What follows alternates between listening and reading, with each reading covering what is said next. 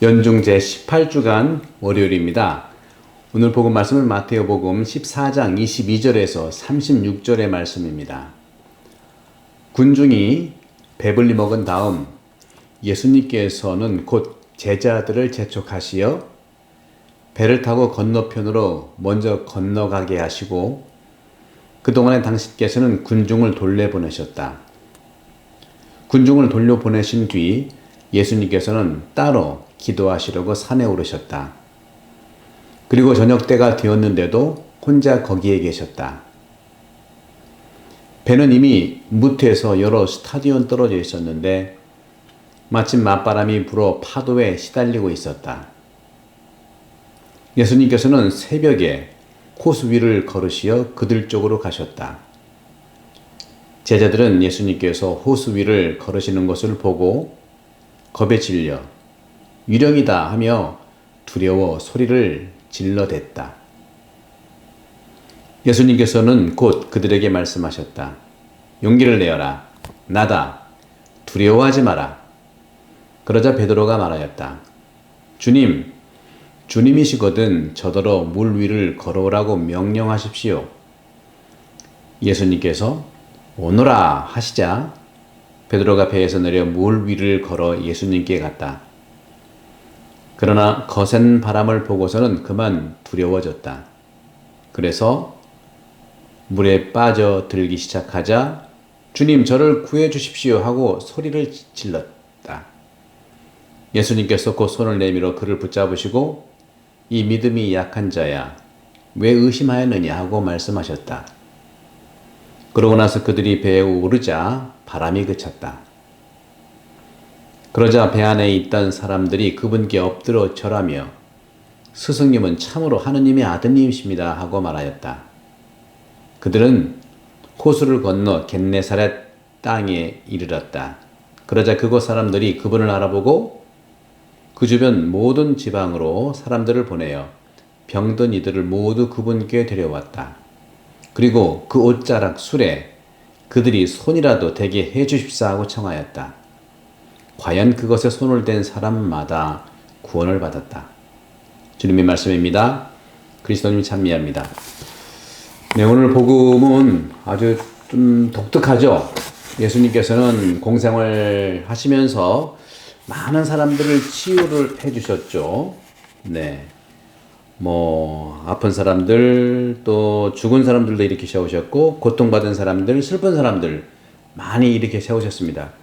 그런데 오늘 복음은 오늘 22절에 보시는 것처럼 군중이 배불리 먹은 다음 예수님께서는 제자들을 재촉하여 배를 타고 건너편으로 먼저 가게 하셨어요. 그동안에 당신께서는 군중을 돌려보내셨어요. 그렇게 했는데도 어떻게 왔는지 이렇게 또 예수님을 따라왔다는 것이죠. 오늘 복음은 누구를 위한 복음일까? 병자일까? 또 슬픈 사람일까? 죽은 사람일까? 그 이 기적에 또 이 복음의 대상이 있는데 아마 조금 전에 서두에 얘기한 것처럼 5,000명을 먹으신 기적 이야기처럼 모두에게 해당되는 말씀일 겁니다. 다시 말하면 이 오늘 복음의 긍정적인 측면을 볼 때 어느 누구도 바로 어느 누구에게 해당될 수 있는 그런 복음 말씀이죠. 그런데 히브리 사람들은요, 예수님을 왕으로 이렇게 초대했습니다. 어떻게 보면 구약의 성경에서 왕은 하느님이니까 어떤 연관성이 있어 보이지만 그들이 왕으로 모시는 데는 다른 특별한 이유가 있습니다. 바로 예수님께서 다양한 의미의 왕의 역할을 하실 수 있다는 것은 당연하지만 바로 하느님이 왕이시고 이스라엘은 신정국가이기 때문에 사람이 왕일 수 없는데 이들한테는 꿍꿍이 속이 있었지 구약 성경의 본래에 다윗과 같은 왕이 필요하지 않고 하느님이 필요하다는 관점은 아닐 겁니다. 그런 점에서 이러한 해석들, 자연적 모든 요소들도 역시 왕이신, 위대한 왕이신 바로 하느님께 복종하고 종속한다는 그런 상식적인 의미로, 상징적인 의미로 알아들을 수 있겠습니다. 이런 점들은 보편적이고 상징적이라고 말할 수 있겠습니다. 그런데 물 위를 걷는 것, 이 물 위를 걷는다는 것은 모든 사람들에게 의미 있는 아주 충만한 기적이라고 볼 수 있어요. 우리 모두에게도 해당되는 것이죠. 사실 모두는요, 이렇게 불완전한 이러한 사실과 함께 생명에 걸어가는 이 지평선 위에서 늘 움직이고 있습니다. 모든 순간은요, 갑자기 나타나죠. 다시 말하면 오늘처럼 풍랑이 불고 이렇게 폭풍우가 쏘고, 어떻게 보면 이 코로나 바이러스도 갑자기 온 거 아닙니까? 이렇듯이 우리도 오늘날 코로나 바이러스라는 이 물 위를 걷고 있는 그러한 심정입니다. 오늘 복음과 같은 것이죠. 너무나 생각을 많이 하게 하는 오늘날의 심정하고 똑같다는 생각을 해봅니다. 그런 점에서 우리는 영혼도 잃어버릴 것 같고 정신도 없고 또 우울증도 걸릴 수도 있고 너무 슬픈 현실. 그렇기 때문에 우리는 이러한 생각들을 이겨내기 위해서 노력을 하고 있는 것이죠. 하지만 분명히 우리가 이러한 진정한 의미의 삶을 진지하게 살기 위해서는 우리는 정말로 오늘 복음의 말씀을 우리가 느끼면서 주님께 어떻게 매달렸는지 베드로의 모습을 통해서 알아볼 수 있겠습니다. 베드로의 이러한 모습들은 바로 우리의 모습입니다. 베드로는 어떻습니까? 바로 의심 없을 때까지, 정말 불안해하지 않을 때까지 무리를 걸을 수 있었으면 얼마나 좋았을까요? 오늘 복음에 그렇잖아요. 무리를 걸어오게 해달라고 부탁하자 그렇게 했었죠. 근데 불안해서 물에 빠졌잖아요. 오직 우리는요, 예수 그리스도 안에, 정말 예수 그리스도 안에 푹 몸을 맡기기 위해서는 오직 믿음으로 우리는 생명의 불완전한 지평 위에서, 코로나 팬데믹 같은 이러한 불안한 지평 위에서 걸어갈 수밖에 없지 않겠는가. 고요하게 걸어갈 수 있는 길은 오직 주님께 의탁하는 베드로의 믿음, 그것이 오늘날 필요하다고 생각합니다. 오늘 복음에서 다시 28절에 보면은 예수님께서 말씀하십니다. 예수님께서 베드로가 말했죠. 주님이시거든 저더러 물 위를 걸어오라고 명령하십시오. 저도 그렇게 말씀드리고 싶어요. 주님이 정말 우리 곁에 계시고 우리 안에 계시기 때문에, 계시다면은 우리 보고 이 코로나 팬데믹에 이런 어려움 위로 걸어오라고 명령해 주십시오. 그렇습니다. 아마 어떻게 보게 되면 좀 우스꽝스러운 농담 같은 그런 말로도 들립니다. 그렇기 때문에 물 위를 걷고 있는 베드로는 참으로 심상치 않은 기묘한 감정을 가지고 있다고 볼 수 있겠죠. 우리도 여러 가지 코로나 팬데믹으로 얼마나 마음이 이상하고 기묘합니까? 어느 때는 긍정으로 생각하다가, 어느 때는 정말 낙담하다가, 어느 때는 우울하다가, 어떤 때는 그래도 조용하다가, 참 오늘날 같은 심정이 베드로의 모습이 아니었겠는가.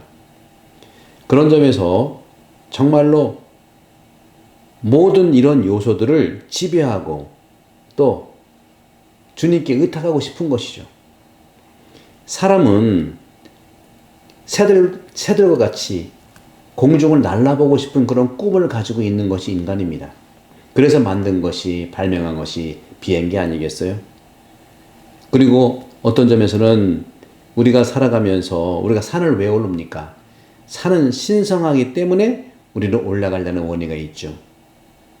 또 어떤 점에서 물의 깊은 심연 속으로 우리가 내려간다고 하는 것도 또 한편에 궁금증이지만 두려움도 있는 것입니다. 이러한 점에서 우리는 또 신성한 것과 또 달 위에 있는 충만한 모습도, 달을 보면 얼마나 또 기쁘고 또 풍요롭습니까?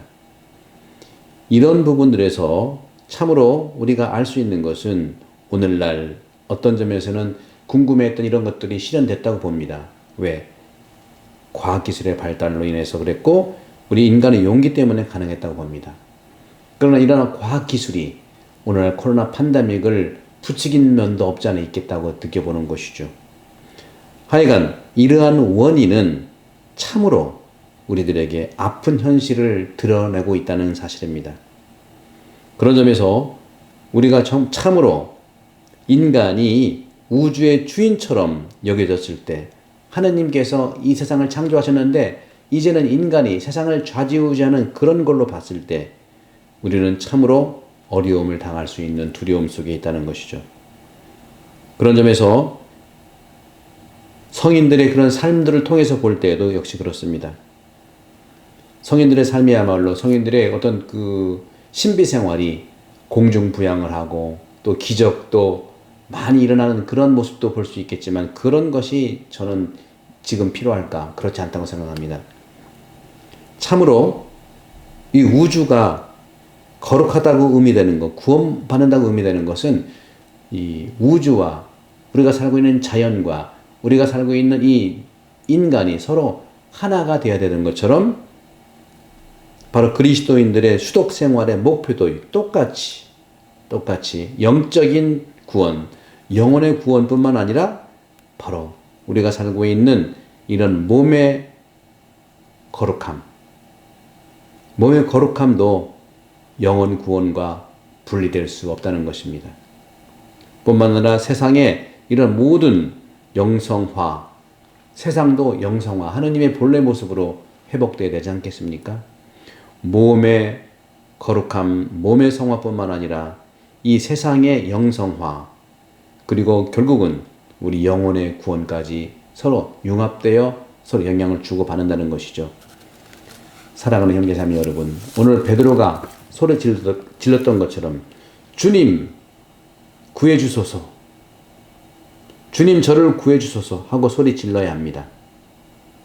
특별히 여러분들 옛날 서커스 다니는 광대들이 외줄타기를 하면서 얼마나 두려웠습니까? 그렇죠? 밑을 바라보면 정말 다리가 후들거릴 정도로 실수를 하기 마련이죠. 높은 산에서 산행할 때도 아래를 내려다보지 않습니다. 이런 망설임이 바로 어떤 걱정을 유발시키기 때문입니다. 다리가 흔들리기 때문입니다. 하지만 모두는 이런 의심의 순간을 통과해야 합니다. 베드로라고 해서 의심 없는 베드로는 아닙니다. 우리도 역시 마찬가지예요. 걱정하고 의심하고 잘 될까?